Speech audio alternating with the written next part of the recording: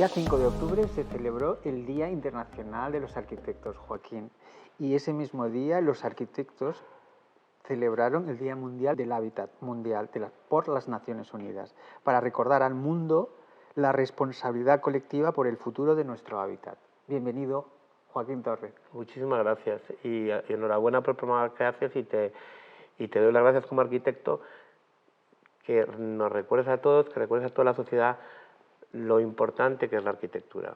El arquitecto ha dejado de tener una presencia vital, pero el arquitecto durante generaciones ha sido una de las figuras sociales más reconocidas y más respetadas. Y hoy eso ha dejado de ser así.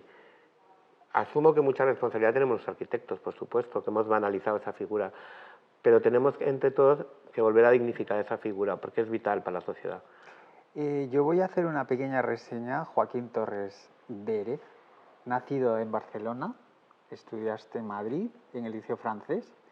Parece ser que desde pequeño tu inquietud por el mundo de las artes y la arquitectura te llevó a estudiar la carrera de arquitectura, junto a tu compañero, Bueno, por cierto, que ahora haremos mención de... Sí, de Rafael Llamazares. Bueno, sí, mi padre era una persona con muchísimas inquietudes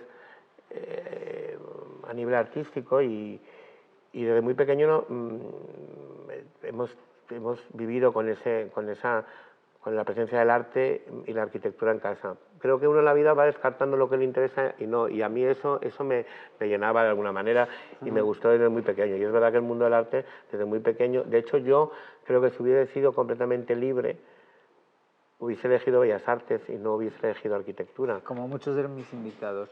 Terminaste la carrera en La Coruña, en el año 1996, y junto a tu compañero Rafael Llamazares y Alberto Peris. El proyecto A0 se hace realidad. ¿Nos vas a contar en qué consiste ese A0? Pues mira, esto es como todo.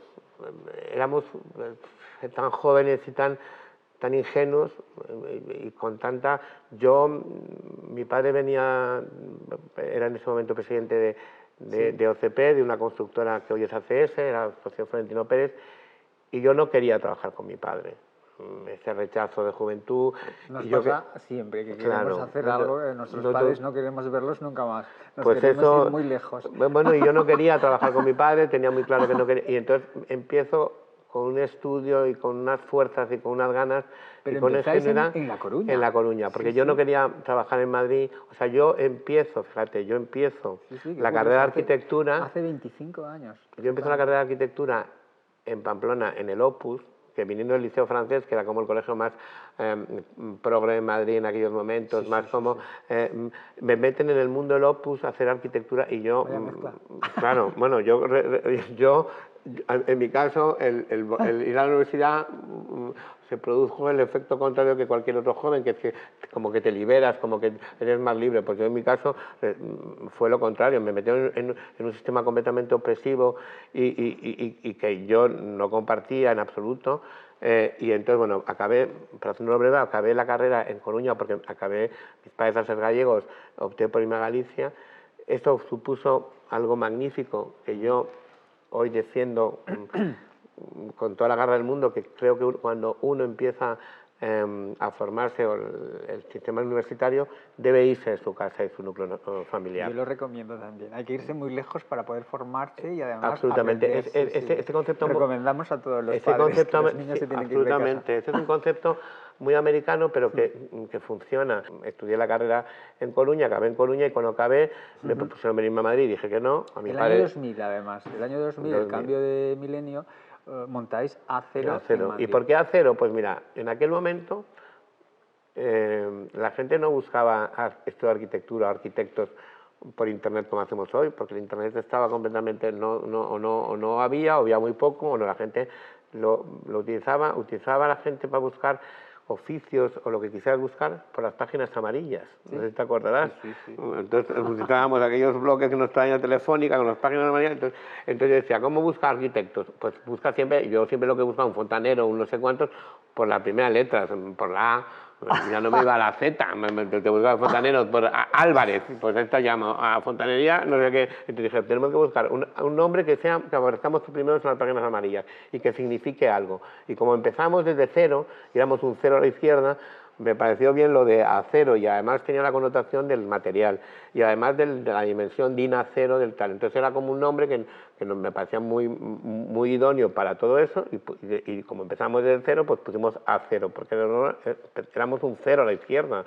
¿No? Ay, eso lo tienes que decir, porque cuando empezamos todos somos ceros a la izquierda. Fíjate, eso es muy interesante y tienes toda la razón. Cuando empezamos somos un cero a la izquierda. ¿Sabes que Le Corbusier tiene mucho que ver con ese acero? Es decir, los materiales que utilizó este arquitecto en todos sus productos, también utilizó el acero y tiene algo que ver con lo que tú me estás contando. Fíjate qué curioso, que al final las ideas... me imagino que son ideas, pues, como yo en ese momento había leído mucho, me sabía muchísimo al hablar del Corbusier, me imagino que todo eso también queda en tu pozo. O sea, ideas originales que surgen de la nada no existen. Todos nos nutrimos de un pasado, de un pozo. Me parece enriquecedor. Que claro, y además es que es así. Bueno, tienes como clientes a gente increíble de este país, a un expresidente, a Felipe González. ¿Qué te encargó el expresidente? Pues mira, yo con Felipe tuve muchísima relación y era de unos personajes que yo más admiraba y admiro como político, porque creo que Felipe González es uno de los políticos que ha contribuido al cambio radical de España. Y hoy... Parte de tu éxito, esto que se llama la modernidad española, tiene mucho que ver Felipe González, y no por política, ojo, es por el cambio que hubo en este país. Sin ninguna duda, Felipe González... La modernidad llegó con acero y este señor, con el expresidente. Pues sin ninguna duda Felipe ha tenido muchísimo que ver y tal, pero como siempre digo, a la gente que admiras no hay que conocerla. Sí, porque tú, cuando admiras a un personaje, te quedas con la parte de que admiras, pero el ser humano es un todo y claro que todo el mundo tenemos defectos. Y cuando tú descubres esa parte de defectos o esa parte de normalidad te decepciona. Entonces trabajar con Felipe fue muy enriquecedor porque obviamente conocí a una persona de primerísimo nivel, a nivel político y con una cabeza privilegiada. Qué éxito en ese momento, porque erais muy jóvenes. Sí. Nosotros, a mí me vino... Sí, a mí es que me vino el éxito en la arquitectura de una manera muy joven. Yo cuando ya había hecho pues a gente como Felipe González, a gente tan absolutamente interesante como Mancio Ortega, a personajes o futbolistas como Ronaldo o Zidane, te metías en un mundo donde las primeras figuras eran arrebatadoras. También tiene que ver mucho la época, el tema de los futbolistas, voy por ahí. Tuviste a un jovencísimo Fernando Torres como cliente. Pues sí, sí, un saludo a Fernando Torres. Sí, pues Fernando, que es una persona... Te queremos mucho, Fernando. Aparte de ser una bellísima persona y un tío guapísimo y un físico absolutamente excepcional y casado con una mujer absolutamente excepcional, a la cual mando un beso enorme desde aquí también, pues con Fernando fue una cosa muy curiosa. Es estos clientes que empiezas con ellos cuando tenía pues también un éxito arrebatador, pero con 19 años muy difícil de gestionar, que me encarga una casa en un sitio, pero que el pobre chaval, en la finca, pero el pobre chaval primero se situaba ante un arquitecto que había hecho ya casas a muchos de sus compañeros al que admiraba, con lo cual... Además, eres un arquitecto de éxito. Sí, claro, pues, claro, efectivamente. Entonces, con 19 años... ¿Qué me vas a proponer? Exacto. Con 19 años, el pobre chaval ante mí, que yo era pues todo vitalidad y todo que me lo comía, pues el pobre chaval no sé si no pudo, no supo o no quiso plantearme lo que realmente quería para su casa. Y cuando yo le acabé su casa, que es una casa maravillosa y que quedó al final fenomenal, con Cuando yo terminé su casa, este chaval estaba casado y con un hijo. Entonces nos reíamos porque él me decía, Joaquín, es que no tiene nada que ver lo que yo me imaginaba de mi casa, claro, que yo te hablaba de la Play, de no sé cuánto, un sitio para jugar, un sitio para tomarme cerveza con amigos, y hoy te hablo de una vida familiar.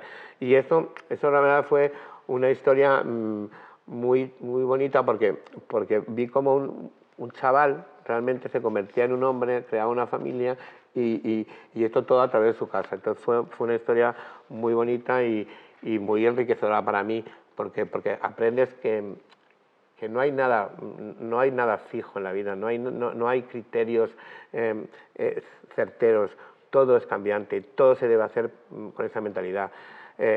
No podemos hablar de verdades absolutas en tu modo vivendi, porque hoy te casas, yo cuántas casas he hecho de parejas que luego se han roto. Cuando has terminado el proyecto, has entregado el proyecto. Y ya estaban separados, que había que no sé cuánto, que no sé... O sea, no... Entonces es muy importante plantearse las cosas desde el cambio, ¿no? O sea, las cosas son cambiantes. Esto me parece interesante, plantear las cosas desde el cambio, porque siempre va a haber cambios. Claro. Joaquín, las ciudades inteligentes. Pues... ¿Es una utopía o una... ¿A ti qué te parece? Pues yo creo que en un momento dado podría haber parte de utopía, pero hoy es una realidad.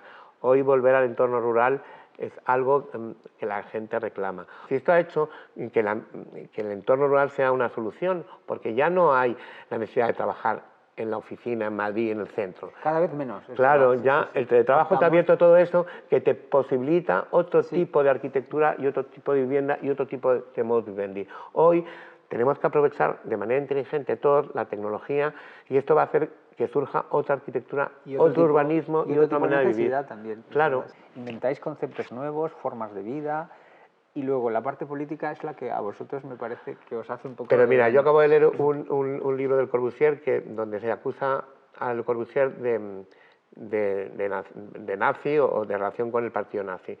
No hay ningún arquitecto con una proyección internacional y con una proyección de obra importante que no tenga una relación con el poder. Porque si no, no tienes obra. O sea, nadie puede pensar que Calatrava hace... Pero yo te hablo de Calatrava que lo conocemos bien los españoles. Sí, pues, Calatrava que hace en un momento medio Valencia. Pues Calatrava, lógicamente, tenía una conexión política directa en aquel momento con Zaplana y toda su gente. Sí, ¿Por qué? Porque había una voluntad política por encargar a este señor y este señor por encargar. Toda España se moría por tener una obra de Calatrava. Hoy es el gran denostado, hoy es el gran...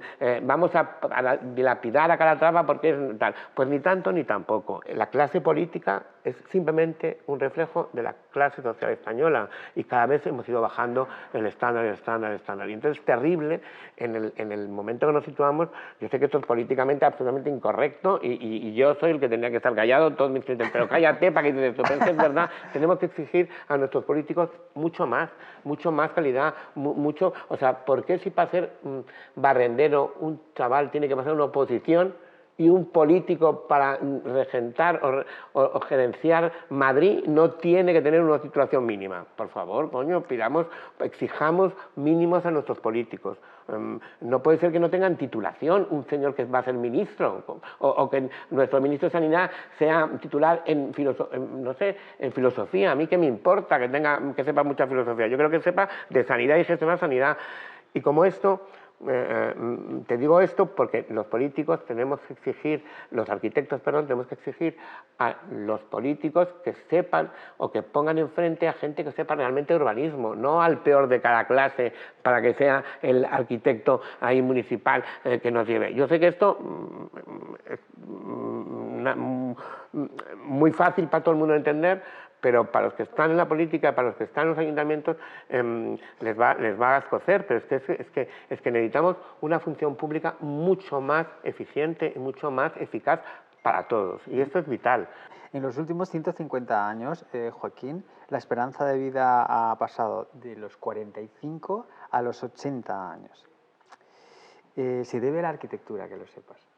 Los grandes estudiosos, los grandes antropólogos de las grandes ciudades del mundo nos cuentan que en los últimos 150 años hemos cambiado, es decir, 45 a 80 años. ¿qué crees tú que tiene que hacer para que esto que te acabo de contar avance a una mejor calidad de vida? Ya no solamente el lado político, porque me acabas de contar que los arquitectos tenéis una lucha tremenda con la parte política de la sociedad. La sociedad, es decir, los arquitectos tenéis una lucha tremenda con la parte política. No queda como mera teoría, sino como una realidad. Pero este razonamiento que te acabo de hacer mención, los grandes antropólogos de las grandes ciudades como Nueva York, París, Berlín, Madrid, Londres, Tokio, nos cuentan que estamos cambiando de 45 a 80 años. ¿Qué crees que tendríamos que hacer incluso mejor para que esto cambie? Para que nuestros mayores vivan. Pues estar mucho más acostumbrados al cambio. O sea, antes una persona que nacía en un siglo prácticamente no había ninguna modificación y más por la estancia de vida de 45 o 50 años, pero que 80. No había grandes cambios en su vida. Hoy, un chaval que ha nacido hace 20 años, ha habido como surge el Internet, como surgen los teléfonos móviles, como surge el teletrabajo, como surge... Es mucho más fácil para ellos. Pero el cambio no sé si es mucho más fácil, no, eso no lo sé. Lo que estoy seguro es que el cambio es exponencial y no podemos, los arquitectos, no podemos diseñar o no podemos plantear las cosas de una manera estática.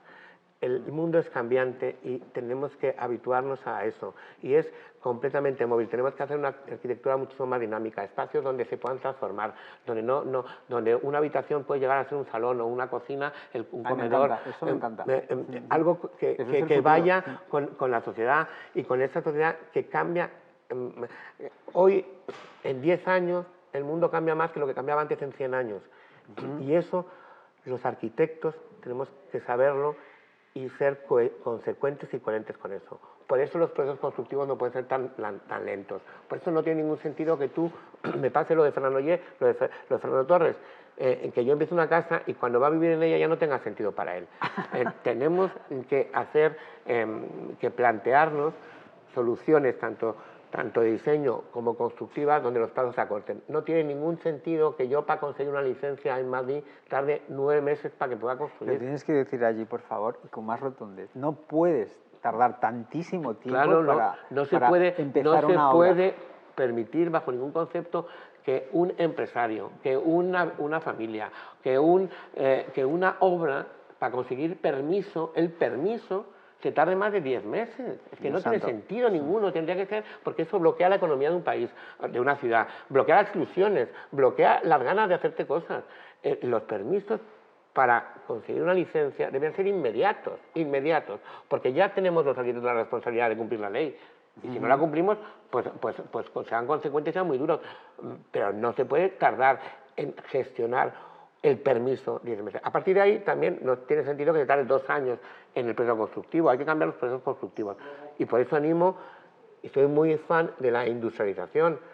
Hay que industrializar los procesos constructivos, como se ha hecho en la náutica, en el tema automovilístico. Nadie imagina que alguien se va a hacer un coche con el que trae la puerta, el que trae no sé cuántos, el que hace el motor. Es un proceso industrializado. Y eso hay que incorporarlo a la arquitectura ya. El urbanismo higienista, ¿hace falta en España? Ese concepto lo he encontrado en el urbanismo higienista, que yo no lo conocía. Por favor, explícamelo, porque en Barcelona ha ocurrido. Pues al final, a ver, el urbanismo higienista lo que apoya y lo que sustenta por encima de cualquier otro aspecto es todo aquello que tiene que ver con la salubridad, con la higiene, con la salud. En Barcelona ha ocurrido, ¿verdad?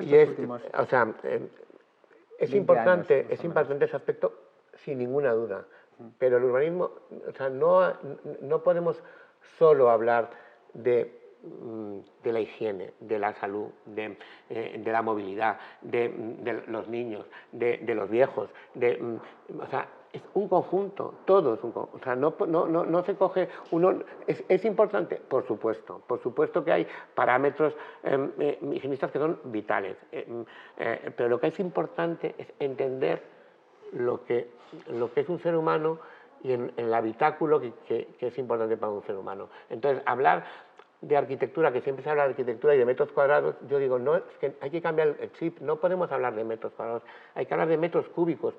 La arquitectura es espacio, con lo cual son metros cúbicos. Por eso la altura no es lo mismo vivir en un espacio que tiene 3 metros que vivir en un espacio que mide 2,20. Al final, todos esos aspectos que forman la arquitectura, higiene incluida, son vitales para la arquitectura, pero todos, no uno solo. Entonces, cuando se habla de solo un aspecto, se está fallando en la arquitectura. Entonces, el urbanismo higienista en sí, excluyendo todo lo demás, es malo. Y es verdad que las experiencias, por ejemplo, en Barcelona que ha habido, han sido fallidas, pero por esa misma razón, porque no se han tenido en cuenta otros aspectos del urbanismo. En cuanto a urbanismo y además higienista, las aguas, la obsesión por las O's, O2, CO2, H2O, tiene mucho que ver con esto que me estás contando. Claro, pues hay una obsesión con las aguas, con las orientaciones, hay una con los materiales. Que a mí que en la pura teoría está muy bien que la arquitectura y el urbanismo tengan en cuenta todos estos parámetros, pero hoy hay materiales de construcción que no son puramente recomendados por la arquitectura higienista, que no son puramente naturales y no contaminantes, que son perfectamente válidos, porque hoy lo que hay que hacer es a todo aquello que ha contaminado el planeta, reciclarlo. O sea, todo el plástico que hay en el planeta lo que tenemos que hacer es reutilizarlo, no apartar. De repente el plástico, sí, yo estoy completamente en contra, pero ya lo tenemos. ¿Qué hacemos? Vivimos ahora, dejamos 40 siglos hasta que eso se regenere, o lo reutilizamos y lo reciclamos. Además de diseñar grandes casas, diseñas productos. Tienes un showroom maravilloso que he estado mirando con tu ayudante, que me ha enseñado todo lo que diseñas. Has vendido todos tus productos en Japón. Has estado en Ho Chi Minh. Has tenido 50 proyectos a la vez, con 100 personas en el estudio. ¿Cómo se lleva esto, Joaquín? Porque estás Rafael Llamazares y Joaquín Torres. Pues se lleva mal, la verdad. Se lleva mal.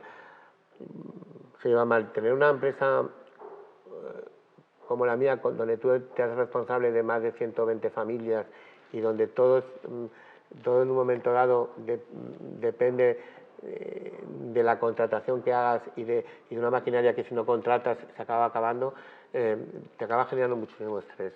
Y yo, después de la crisis pasada, que tuve que echar a más de 40 personas, fue una experiencia terrible, porque yo necesitaba amputar una pierna, un brazo a mi empresa para seguir avanzando.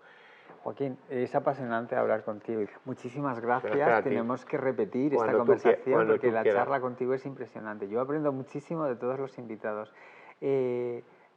Una vez más, bienvenido a la columna de Elena Ramírez Alarcón.